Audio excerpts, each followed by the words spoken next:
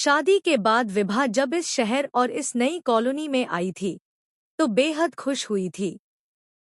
अच्छे नए बने क्वार्टर्स, पानी, बिजली, सड़कें, पार्क और निकट ही जरूरी चीजों का एक छोटा सा बाजार।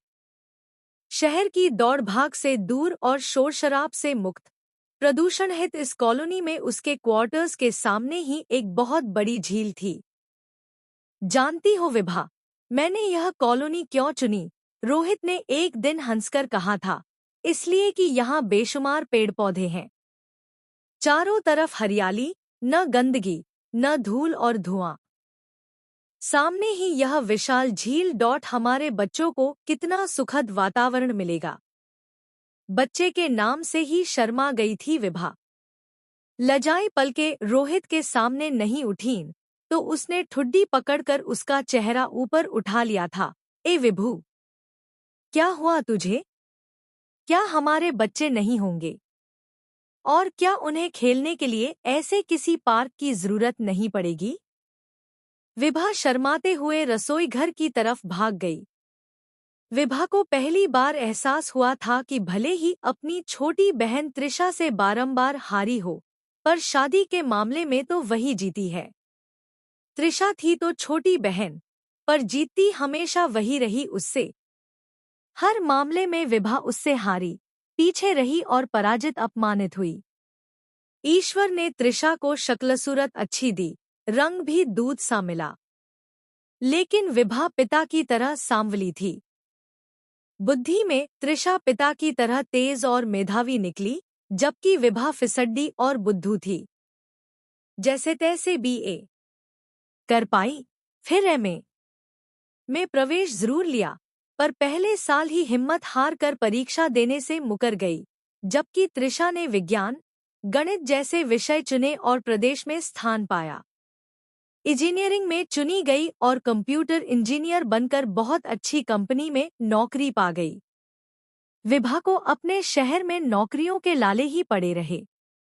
शादी के लिए लड़के वाले आते तो उसके मुंह पर ही कह देते, हमें आपकी छोटी लड़की पसंद है, अगर उसका रिश्ता करें तो हम तैयार हैं। अपने आप को बुरी तरह अपमानित महसूस करती वह। मन होता आत्महत्या कर ले, कहीं डूब मरे। क्या करेगी ऐसे जीकर? जहां उसका कोई चाहने वाला न हो, जहां उसकी कोई मांग न हो, माँ भी उससे अक्सर कुढ़ी रहती, उस पर झल्लाली रहती, उसकी कमियां गिनाती रहती। केवल घर में पिता थे, जो कभी कभार उसे ढांढ से दिलासा बंधाते रहते। रोहित ने पता नहीं कैसे विभा को पसंद कर लिया, तो माता पिता ने विभा से यह पूछना तक जरूरी नहीं समझा कि रोहित उसे पसंद है या नहीं।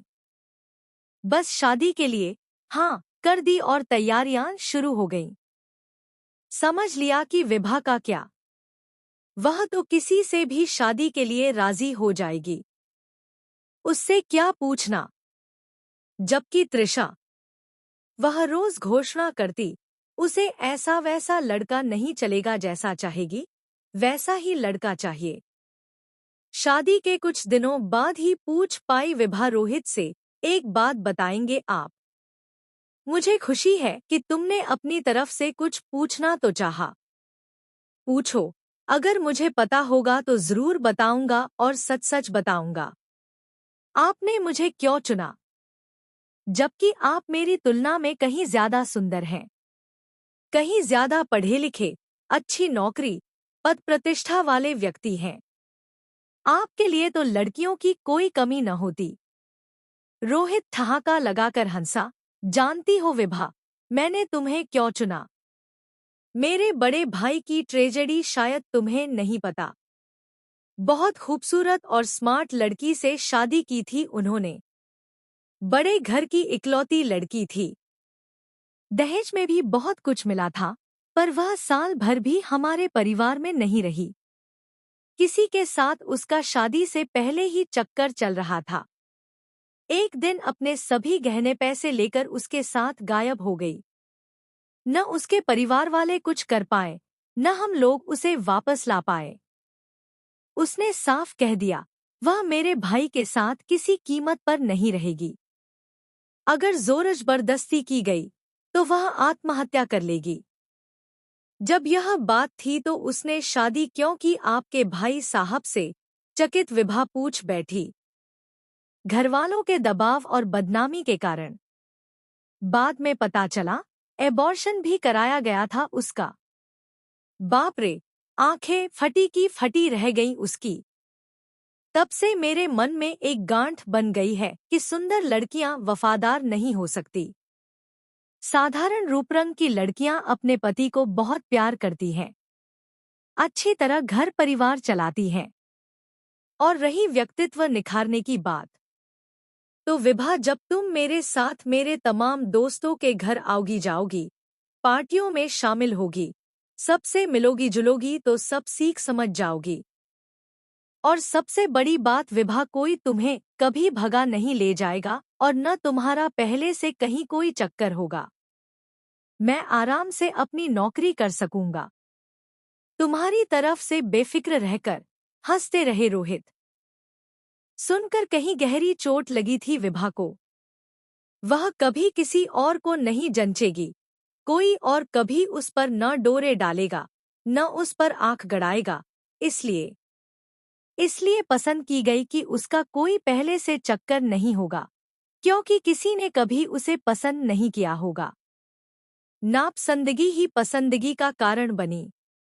अपने आप पर रोना आया उसे। खुशी नहीं हुई ये सब जानकर। रोहित अपनी कंपनी के काम से बेफिक्र होकर कहीं भी आ जा सकता था। महीने में 20-25 दिन यात्रा पर रह सकता था। निश्चिंत रह सकता था कि जब भी घर वापस लौटेगा, विभा उसके इंतजार में घर पर ही मिलेगी। वही हमेशा दरवाजा खोलेगी, क्योंकि कोई और उसे कहीं फुसला नहीं ले जाएगा। कैसी घटिया वजह है उनकी शादी की। मन गिर गया था उस दिन से उसका। उमंग उत्साह जैसे चुप गया हो। घर में अपने आप को पत्नी कम, एक नौकरानी ज्यादा महसूस करने लगी थी विभा। हालांकि रोहित की चाहत में कहीं कोई कमी नहीं प्रतीत होती थी, पर अक्सर पार्टियों में वह देखती रोहित सुंदर लड़कियों और दोस्तों की सुंदर पत्नियों की तरफ तृष्णा भरी निगाहों से ताकने लगते थे, और यह देखकर मन ही मन लहूलुहान हो उठती थी वह। कुछ दिनों के बाद त्रिशा के बारे में उसे पता चला कि वह अपनी कंपनी के शादीशुदा बॉस से इश्क कर बैठी है, और वह मोटा थुलथुला प्रेमी पैसे वाला जरूर है, पर उतना सुंदर और स्मार्ट नहीं जितना कि रोहित। तो उसे बेहद खुशी हुई। जिंदगी में पहली बार जीतने की खुशी। कहीं गहरे संतोष, गहरी शांति और तृप्ति का एहसास हुआ उसे। आखिर एक बार हरा ही दिया उसने त्रिशा को। बड़ी बेवकूफ निकली तुम्हारी बहन तुषा, रोहित ने एक बार बाहर की यात्रा से वापस आकर बताया उसे। अपनी कंपनी के बॉस को दिल दे बैठी और सरेआम उससे शादी कर ली। बेचारी पहली बीवी अपने बच्चों के साथ मायके चली गई, और उम्र का फासला देखो। बॉस 45 पार का व्यक्ति और वह 25 की अपने किए पर बाद में पछताएगी देखना। रोहित के स्वर में व्याप्त त्रिशा के प्रति यह सहानुभूति विभा को बेहद खली, पर प्रकट वह चुप ही रही। कुछ देर सोचने के बाद किसी तरह बोली, कहाँ तो कहाँ करती थी कि वह ऐसे वैसे से शादी नहीं करेगी, और कहाँ उसने ढलती उम्र के प्रौढ़ पति को चुना, और वह भी शादीशुदा, बाल बच्चों वाला। बात हंसी में ही कही थी रोहित ने, पर विभा एकदम भीतर तक सुलग गई सुनकर। अगर उसे अपनी जवानी ऐसे ही लुटानी थी तो मेरे संग रहने लगती। मैं क्या बुरा था, अच्छा खासा कमा लेता हूँ, उसकी तुलना में कम उम्र और जवान भी हूँ। कितना मुश्किल होता है कभी कभी रोहित को सहना। मन तो हुआ कटती नजरों में रोहित को देखे और कोई तीखी बात कह डाले, पर कह नहीं सकी।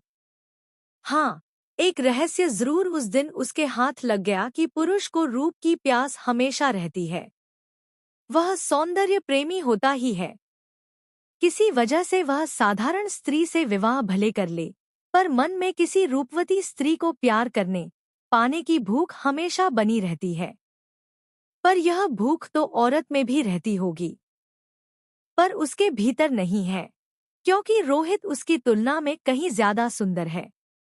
कई तरह समझाया अपने मन को, पर समझा नहीं सकी।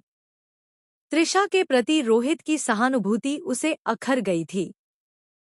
बमुश्किल 2 साल गुजरे होंगे। त्रिशा एक बच्चे की मां बन गई। बहुत बड़ा आयोजन किया। त्रिशा के पति महेंद्र ने रोहित और विभा को भी आग्रह करके बुलाया, तो वे लोग भी गए। उसका वैभव देखकर चकित रह गई विभा। वाकई बाओस बहुत बड़े व्यक्ति थे। वह जितना बुरा और भद्दा समझ रही थी, उतने बुरे और भद्दे भी नहीं थे। विभा और रोहित का बहुत आदर सत्कार किया उन लोगों ने, बल्कि महेंद्र ने रोहित को अपनी कंपनी में काम करने का ऑफर तक दे दिया। कह दिया, मार्केटिंग की नौकरी रोहित जब चाहें उनके यहाँ स्वीकार ले, उन्हें खुशी होगी। वे लोग वापस अपने घर पहुंचे ही थे कि त्रिशा का फोन आया, विभा रोहित को तुरंत भेजो। महेंद्र को हार्ट अटैक हुआ है, कोमा में है। मैं एकदम नर्वस हो रही हूँ, समझ नहीं पा रही क्या और कैसे करूं। सुनकर विभा भी हड़बड़ाई, पर उसे कहीं सुकून सा भी महसूस हुआ। बहुत इठला रही थी, इतने बड़े और प्रतिष्ठित व्यक्ति की बीवी बनकर। अब रो अपने कर्मों को। रोहित कहीं टूर पर निकलने की योजना बना रहे थे। सुनकर तुरंत गंभीर हो गए, हमें चलना चाहिए।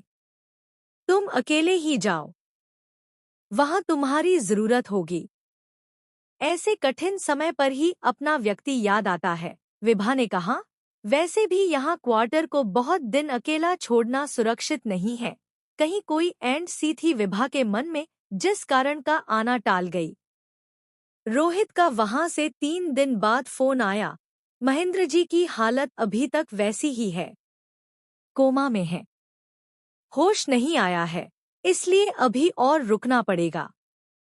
विभा यूं तो अकेली रहने की आदी थी।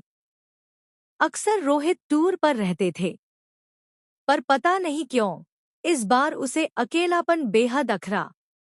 भीतर हमेशा एक बेचैनी सी अनुभव होती रहती उसे। रात को 11 बजे रोहित का फोन आया, बुरी खबर है, विभा महेंद्र की मृत्यु हो गई। गहरा धक्का लगा विभा कोड़ोट। वह त्रिशा से नफरत तो करती थी, पर उसका इतना बुरा नहीं चाहती थी। अब क्या होगा, सोचती हुई सिसकती रही देर तक। दूसरे दिन रात को फिर फोन आया, तैयार रहना, यहाँ आना पड़ेगा तुम्हें। त्रिशा एकदम अकली पड़ गई है। उसका घर महेंद्र के परिवार वालों, पूर्व पत्नी व उनके बच्चों से भर गया है। सब उसे तरह तरह से ताने दे रहे हैं। सब कुछ संभालना कठिन हो रहा है। त्रिशा को तुम आकर संभालो कुछ दिन, मैं कानूनी पहलू देखने में उलझा हूँ। विभा मम्मी पापा के साथ ही पहुंच गई त्रिशा के घर। वह बुरी तरह टूट गई थी, एकदम गुमसुम हो गई थी। उसे न अपना होश था, न बच्चे का। ऊपर में महेंद्र की कंपनी और उनके बैंक की जमापूंजी पर कब्जा करने की उनकी पूर्व पत्नी व उसके परिवार वालों की कोशिशें। घर जैसे कुरुक्षेत्र का मैदान बन गया हो, हर वक्त षड्यंत्र और संघर्ष की स्थिति। रोहित के साथ विभा के पिता भी भागदौड़ करने लगे। त्रिशा की जिंदगी का सवाल था। महेंद्र उसके नाम कुछ भी नहीं कर गए थे, न कोई पावर ऑफ अटॉर्नी उसे दे पाए थे। बस त्रिशा 4 डायरेक्टरों में से एक थी, इसलिए अकेले कोई निर्णय लेने की स्थिति में भी नहीं थी। बैंक के कुछ खाते त्रिशा जरूर अपने दस्तखतों से चलाती थी, पर उनमें भी कोई खास पूंजी नहीं थी। जिन खातों में अधिक धन था, उन्हें स्वयं महेंद्र चलाते थे। उनमें त्रिशा को नामित भी नहीं कर रखा था।